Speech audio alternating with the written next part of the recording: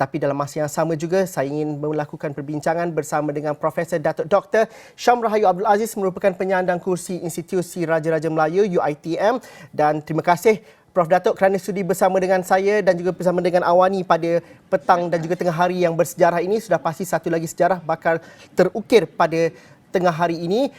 Bagaimana kita melihat perkara ataupun rentetan yang berlaku sepanjang minggu ini, meskipun kita melalui satu lagi episod dalam Kemelut Politik Negara untuk menentukan Perdana Menteri yang ke-9, namun begitu dari aspek perlembagaannya itulah yang dituruti dan juga itulah yang diikuti tata caranya, dan bagaimana akhirnya nanti kalau dapat Prof Datuk rangkumkan, perlembagaan itulah yang menjadi teras untuk mengimbangi sebarang kemelut yang ada di dalam negara kali ini. Ya, terima kasih Zul dan terima kasih Awani. Ya, kita melihat pada perkembangan semasa ni lebih untuk kita lebih mengenali perlembagaan dan juga sistem yang kita amalkan. Sejak awal tahun 2020 kita sudah belajar mengenali, dan kini sekarang kita sudah lebih mendetail ataupun lebih terperinci dalam hal berkaitan perundangan atau perlembagaan yang sangat secara langsung berkaitan dengan pentadbiran negara atau lantikan kepada jawatan-jawatan utama bagi pentadbiran negara. Jadi hari ini seperti yang Zul sebut tadilah, ia satu peristiwa bersejarah yang kita akan menyaksikan Perdana Menteri yang ke-9 untuk mengangkat sumpah, ya. Jadi kalau saya rangkumkan secara keseluruhannya, pertama, syarat untuk menjadi Perdana Menteri itu semestinya apabila suatu jawatan Perdana Menteri itu kosong, sama ada hasil daripada pembubaran Parlimen ataupun hasil seperti apa yang kita lihat dan berlaku pada masa ini ialah peletakan jawatan Yang Maklumat Perdana Menteri dan jadi kosonglah jawatan tersebut. Maka perlembagaan menyatakan bahawa hendaklah ditubuhkan satu jemaah menteri. Tapi sebelum ditubuhkan jemaah menteri itu, hendaklah dilantik seorang Perdana Menteri. Siapa yang melantiknya? Pastinya ialah Ketua Negara kita, iaitu Seri Paduka Baginda Yang di-Pertuan Agong.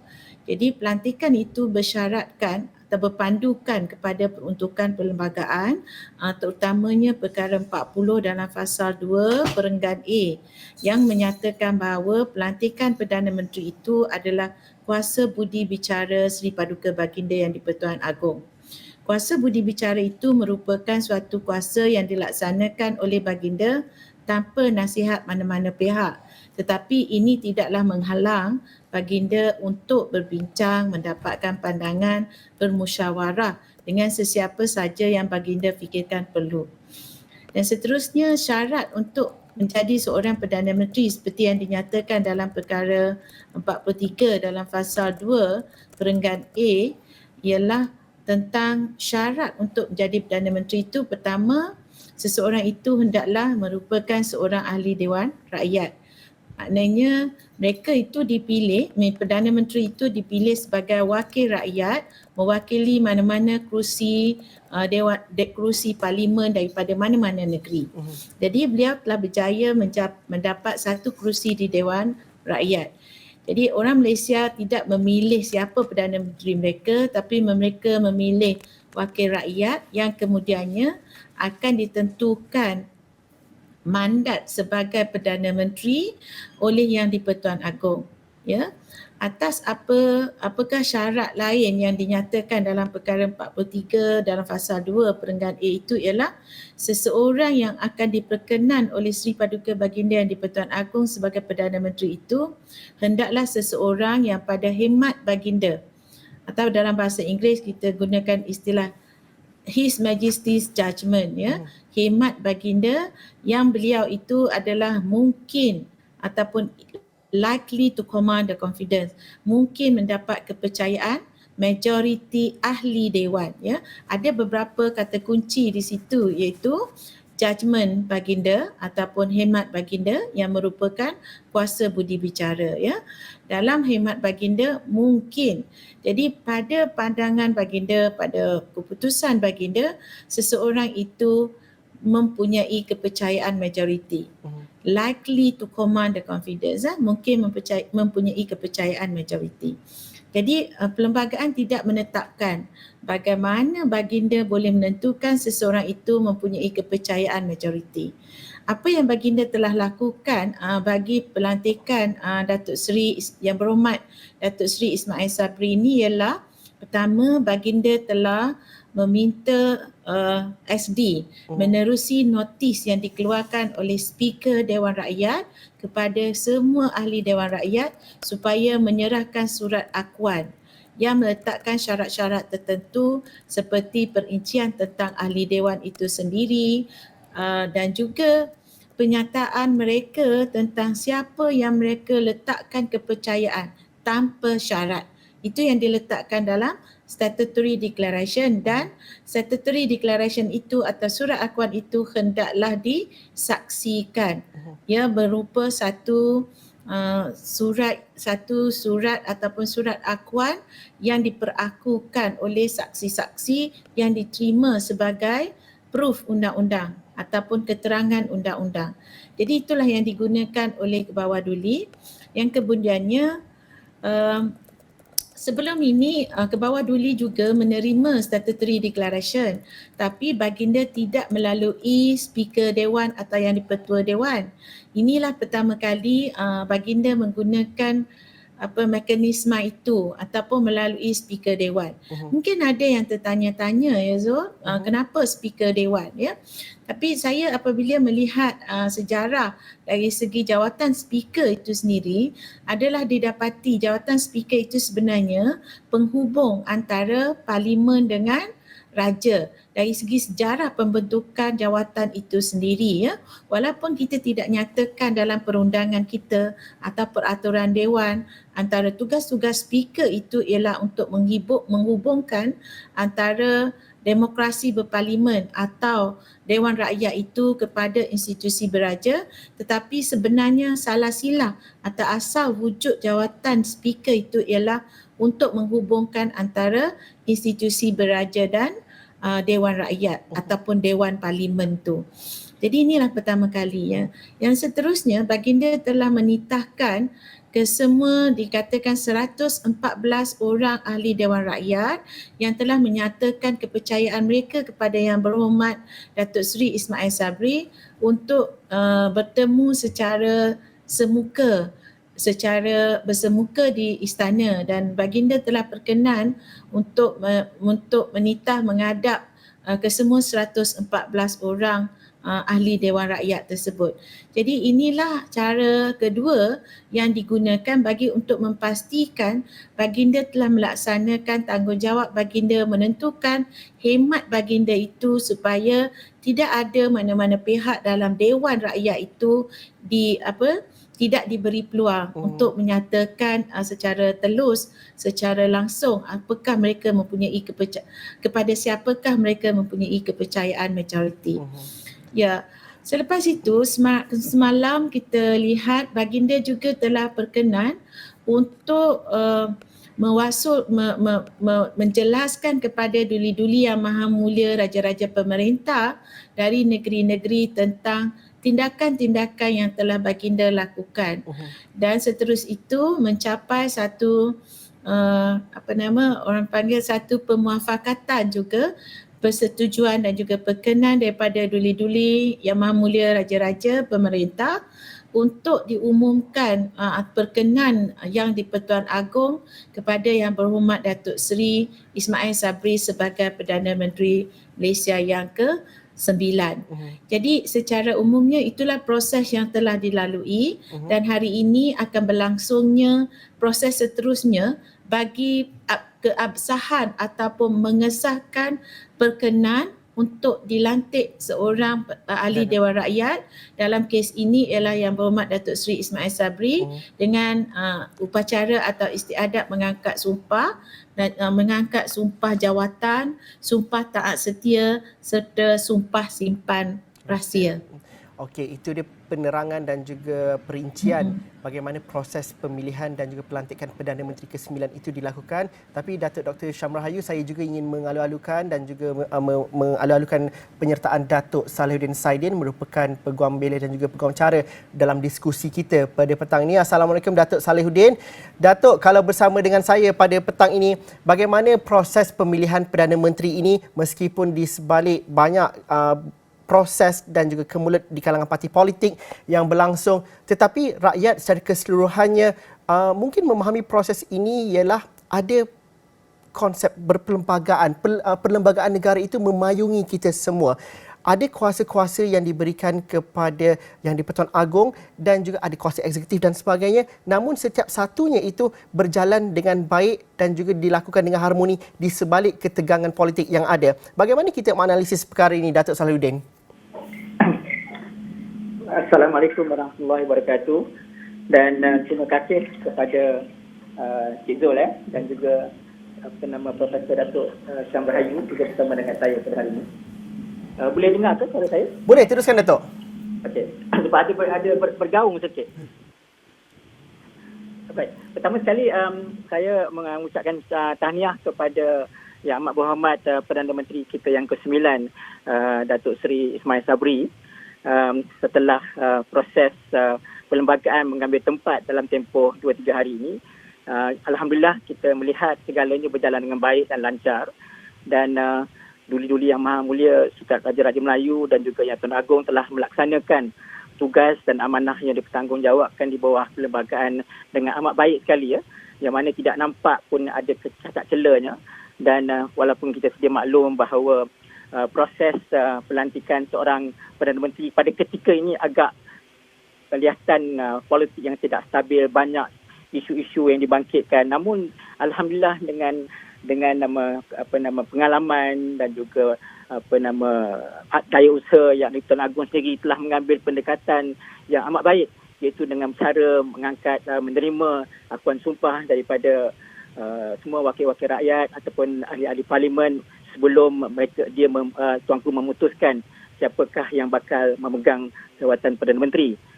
Dan dalam masa yang sama tidak cukup dengan itu, Duli Yang Maha Mulia Yang Tuan Agong juga telah memanggil setiap seorang daripada mereka untuk tujuan meyakini bahawa segala apa yang mereka tuliskan dalam kertas tersebut sebenarnya sahih dan tidak terpengaruh dengan apa-apa dorongan ataupun paksaan. Jadi ini adalah satu proses yang amat cantik bagi saya, dan akhirnya seorang Perdana Menteri telah benar-benar dilantik mengikut proses undang-undang. Jadi apa yang ingin saya tarik perhatian di sini, kita sudah maklum bahawa sistem yang kita amalkan, iaitu Raja Perlembagaan Demokrasi Berparlimen, adalah merupakan satu sistem yang agak unik. Jarang, tidak ada negara di luar negara di dunia ini yang mempunyai sistem yang sama. Jadi apa yang penting dalam sistem ini adalah satu sistem yang mana kita ada check and balance. Kita ada peranan masing-masing. Kita ada 3 badan penting, iaitu legislatif, badan kehakiman, badan eksekutif. Dan di puncak tersebut adalah Yang Tuan Agong. Yang mana walaupun kita tahu bahawa Yang Tuan Agong berperanan ke atas budi bicara 3 perkara seperti mana yang dibentukkan di bawah perkara 43, pasal 3. Namun dalam masa yang sama, kita tidak dapat mengenepikan bahawa apabila timbul sebarang pertikaian, permasalahan antara pihak eksekutif, legislatif dan juga pihak rakyat, peranan institusi raja itu akan dimainkan. Di sinilah kita melihat, dulu kalau kita sering mendengar bahawa ramai rakyat yang juga pihak-pihak pembangkang selalu mengatakan bahawa raja ini adalah hanya bersifat sebagai rubber stamp saja, tidak ada peranannya.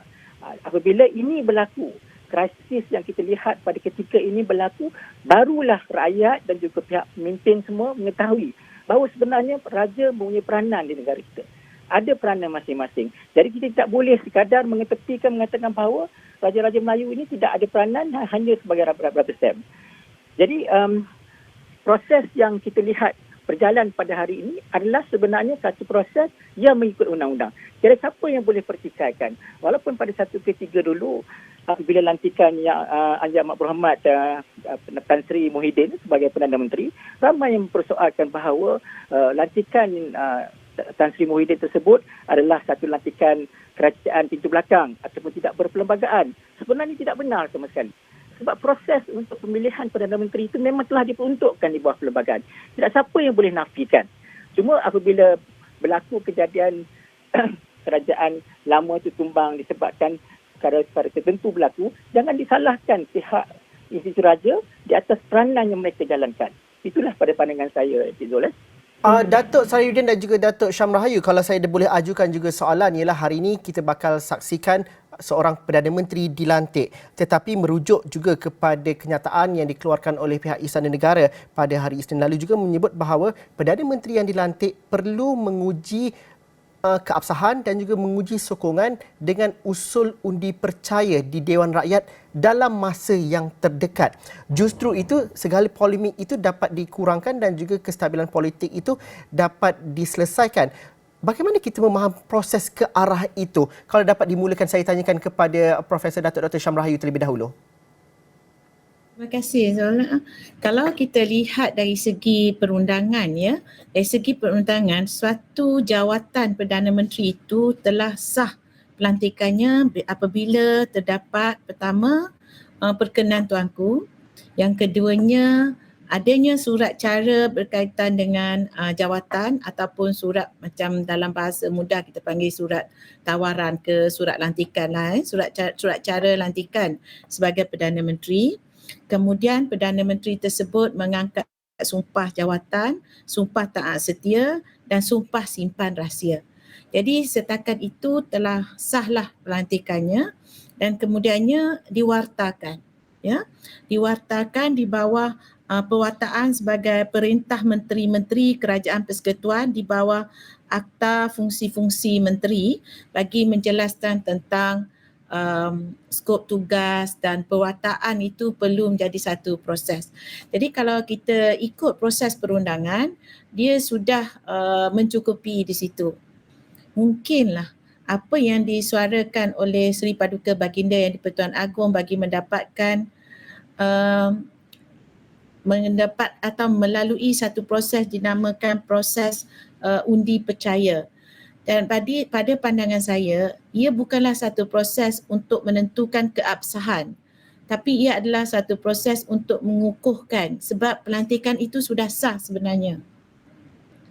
Ia adalah untuk mengukuhkan lantikan itu supaya mungkin permasalahan ataupun persepsi yang telah wujud kepada kerajaan sebelum ini, kerajaan yang melantik Baginda Perkenan Tan Sri Muhyiddin Yassin sebagai Perdana Menteri, apabila tidak ada proses ini, sebenarnya itu telah menjadi proses undi percaya itu telah menjadi satu persepsi yang sangat besar kepada kerajaan itu sendiri.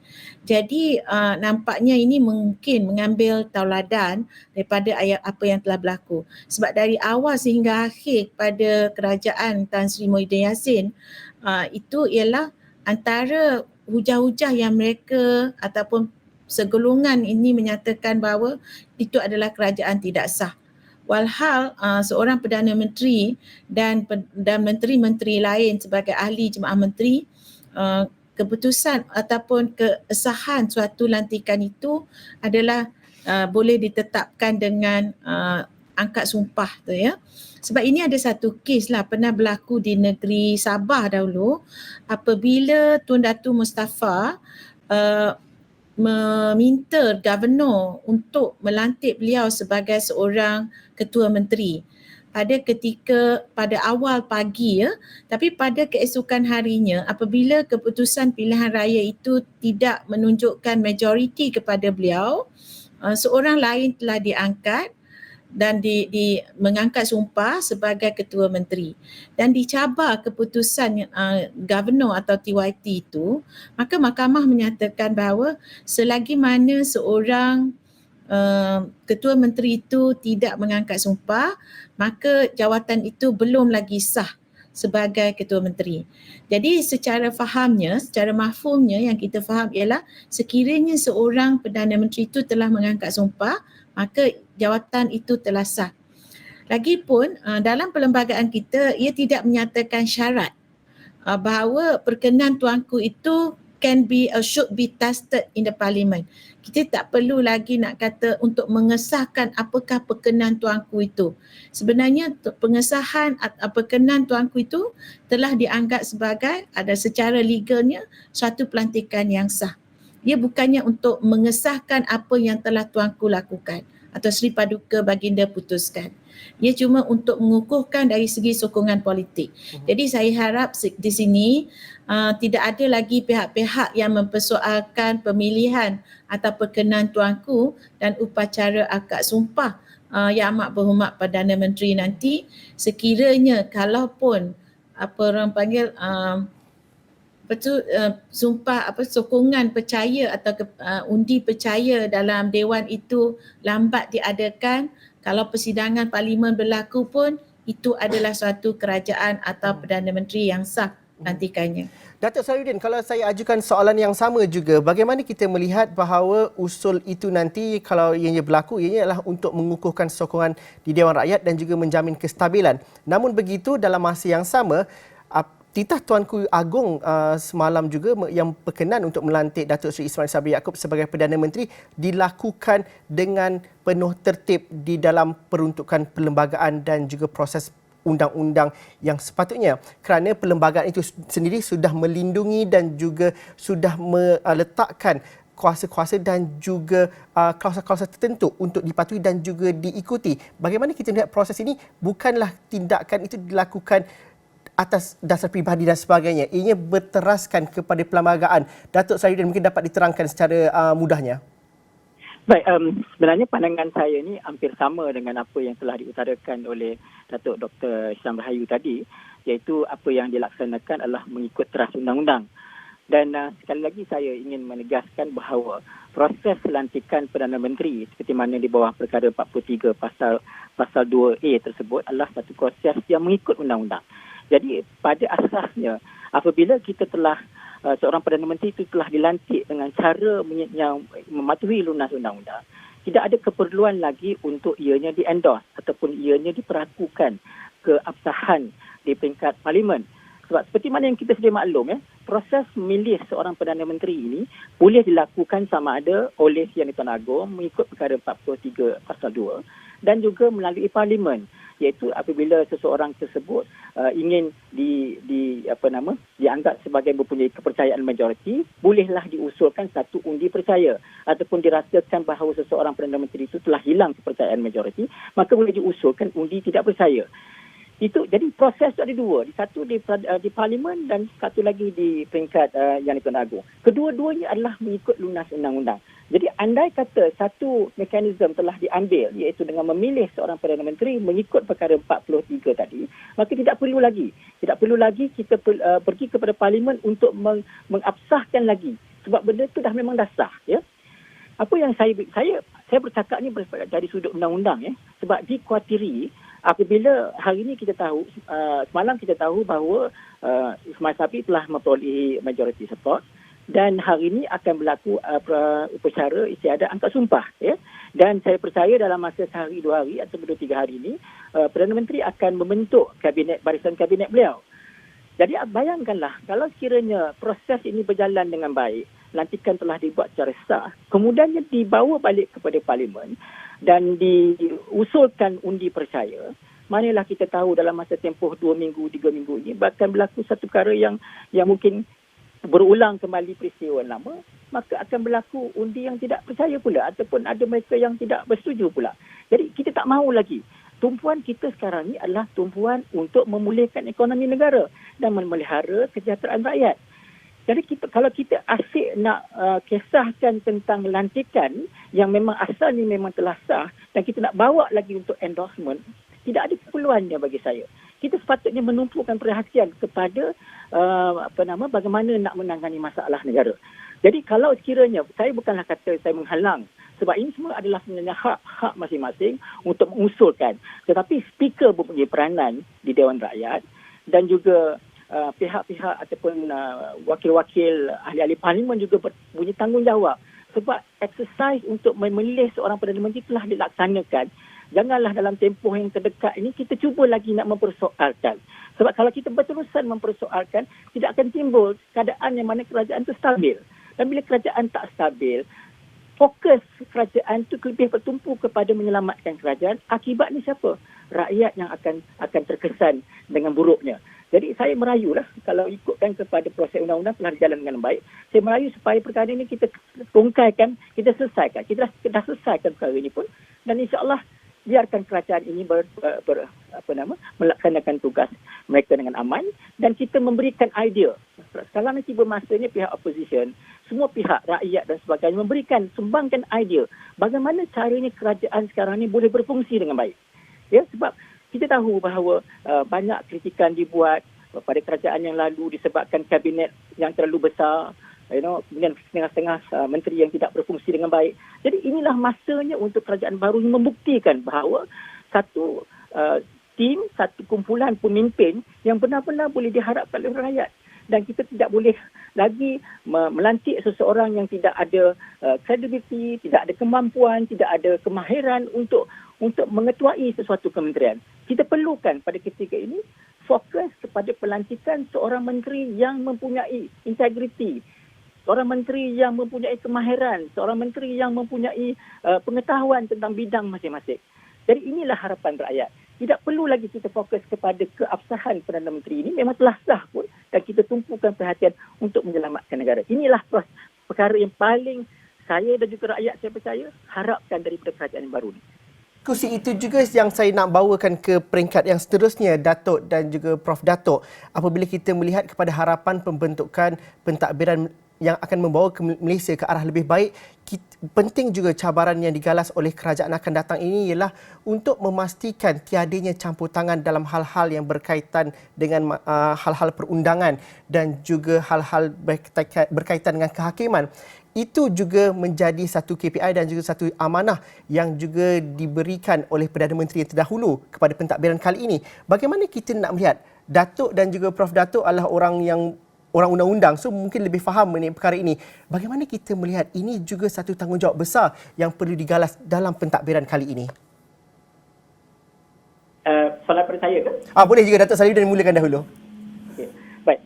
Apabila tanggungjawab telah diberikan kepada seorang Perdana Menteri setelah proses yang kita tahu banyak onak dan durinya dan akhirnya beliau telah dipilih dan dilantik, saya mengharapkan seorang Perdana Menteri kali ini seperti kita tahu fokus kepada memulihkan ekonomi dan merancangkan semula sektor ekonomi dan bagi memastikan bahawa pengangguran dapat diatasi, rakyat tidak sakit, rakyat tidak lagi bergulungan dengan masalah COVID dan sebagainya. Jadi apa yang perlu kerajaan sekarang lakukan adalah mungkin ada yang tak setuju. Bagi saya, bajaklah sama-sama pihak pemanggang untuk memberikan idea. Sebab saya percaya sebagai wakil-wakil rakyat ni, ahli-ahli berhormat ni, mereka semua ada banyak idea. Ya, apatah salahnya kalau kita bawa segala idea ni untuk kita kumpulkan, untuk kita laksanakan satu polisi yang paling baik untuk faedah rakyat. Jangan kita ni fikirkan bahawa hanya kita sahaja boleh menyumbang idea, hanya kita sahaja yang boleh membentuk kerajaan dengan baik. Sebenarnya tidak. Kita perlu terbuka kepada idea. Ketepikan dahulu proses undang-undang telah berjalan, kita ketepikan dulu sebarang masalah perbezaan politik ni tadi, kita panggil semula. Seperti mana yang Tuan Agong pernah menyarankan bahawa bila seorang menang tidak semestinya menang semua, yang kalah tidak semestinya kalah semua. Apa yang dimaksudkan bagi pada fahaman saya adalah mereka yang kalah ataupun pihak oposisi sekarang ini perlulah diterima pandangan mereka bagi tujuan membaik pulihkan ekonomi negara dan juga rakyat. Jadi kita jangan ketepikan langsung idea-idea mereka. Dan mungkin dibutuhkan satu jawatan kuasa ke sebagainya untuk dianggotai oleh pihak pembangkang yang mana punya idea yang bagus-bagus untuk kita laksanakan satu dasar yang baik. Begitu juga saya ingin sarankan juga. Kita ada ramai anak-anak muda. Anak-anak muda ni semuanya saya percaya punya idea-idea baru. Kita dah terlalu lama bergulungan dengan ahli-ahli politik yang mungkin dah veteran. Tiba masanya untuk kita bawa kepada kehadapan anak-anak muda ini, idea-idea mereka ini kita gunakan untuk tujuan pemulihan ekonomi negara ini. Dan kemungkinan kalau tidak keterlanjuran juga saya mengatakan bahawa senarai ahli-ahli kabinet ni mungkin kita boleh bawa ke tengah kan 1-2 orang anak-anak muda. Kita jangan, kita mesti ada barisan pelapis. Sekarang ni kita lihat tak ramai anak-anak muda yang menganggotai kabinet ataupun menganggotai hierarki pentadbiran kerajaan. Kenapa ini berlaku? Sedangkan anak-anak muda yang merupakan aset negara. Mereka adalah generasi yang akan datang, akan meneruskan peraju kerajaan. Jadi inilah tiba masanya untuk kita mula mengambil peranan anak muda ini, terima idea mereka untuk kita memperbaiki negara kita. Okey, Datuk, saya ingin bersama dengan Prof. Syam Rahayu, tetapi saya ingin bawakan tumpuan anda juga ke visual terkini yang kami bawakan langsung dari pintu 1 Istana Negara. Ini adalah perkembangan dan juga visual langsung yang kami bawakan di perkarangan pintu 1 Istana Negara, di mana sebentar tadi kalau visual yang kami lihat difahamkan pintu pagar pintu 1 Istana Negara itu sudah pun dibuka, di mana pada bila-bila masa kita akan mendapat isyarat ada sebarang pergerakan untuk kita lihat di situ untuk memulakan istiadat pengurniaan surat cara pelantikan dan istiadat mengangkat sumpah jawatan dan setia serta sumpah simpan rahsia oleh Yang Amat Berhormat Perdana Menteri yang ke-9 Datuk Seri Ismail Sabri Yaakob, kerana dijadualkan pada jam 1.30 petang ini ketibaan div-div jemputan melalui anjung tamu untuk mengambil tempat di bilik singgahsana kecil. Dan dalam keadaan kita di era pandemik COVID-19 ini juga, SOP dan SOP kesihatan yang ketat diletakkan dalam istiadat pada petang ini. Dan itu dia, kalau kita lihat ada pergerakan kenderaan di pintu 1 Istana Negara.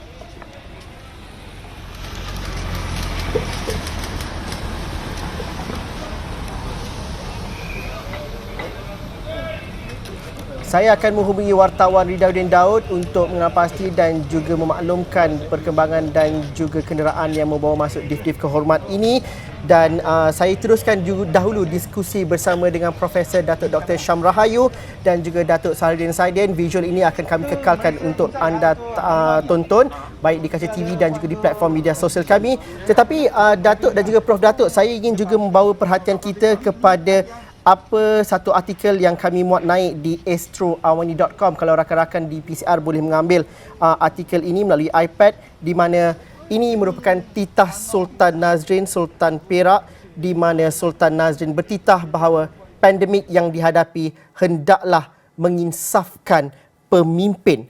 Sultan Perak, Sultan Nazrin Muizzuddin Shah bertitah pandemik yang sedang dihadapi hendaklah menginsafkan para pemimpin yang telah diamanahkan dengan tanggungjawab untuk melakukan penetapan semula dalam urus tadbir negara. Sehubungan itu, titah baginda, perkara yang perlu diutamakan dalam urus tadbir negara adalah berteraskan prinsip keadilan, iaitu meletakkan sesuatu pada tempatnya dan menyerahkan amanah kepada ahli dalam bidangnya. Baginda bertitah, ahli falsafah Islam Ibn Khaldun dalam mukadimah yang dihasilkan 800 tahun dahulu mengaitkan bencana dengan perubahan sosial yang membentuk 5 fasa. Fasa pertama, satu kaum bersandarkan semangat asabiah bergerak membentuk identiti politik. Fasa 2, bermulanya perluasan kuasa, pengaruh dan wilayah. Fasa ketiga, kerajaan melalui zaman kemewahan dan kesenangan hasil pemerintahan sebelumnya. Fasa keempat, fasa kelalaian dan berpuas hati dengan pencapaian. Serta fasa kelima, fasa kejatuhan dan kehancuran sesebuah identiti politik dan kerajaan. Ini dia titah titah yang Duli Yang Maha Mulia Sultan Perak, iaitu Sultan Nazrin Muizzuddin Shah, yang bertitah bahawa pandemik yang sedang dihadapi ini hendaklah menginsafkan para pemimpin yang diamanahkan dalam tanggungjawab dan perlulah urus tadbir negara berteraskan prinsip keadilan. Profesor Datuk Dr. Syam Rahayu, kalau dapat diberikan sedikit ulasan berdasarkan titah Duli Yang Maha Mulia Paduka Seri Sultan Perak Sultan Nazrin Muizzuddin Shah ini, dalam kita berdepan dengan pembentukan kerajaan baru, bagaimana titah baginda ini perlu dijadikan kompas untuk menjadikan pentadbiran dan juga keharmonian dalam negara ini dapat diwujudkan? Baik, terima kasih Zul. Pada kali ini saya ingat ini kali kedua titah tuanku berkaitan dengan fasa-fasa yang perlu dilalui oleh sebuah kerajaan. Sebelum ini saya telah mendengar titah Paduka Seri Sultan Perak ini pada tahun 2016. maknanya peringatan yang telah baginda berikan tu dah lama dahulu, ya, 2016, dan kini baginda mungkin mengulangkan lagi titah baginda pada tahun Oktober, saya ingat 2016, ya.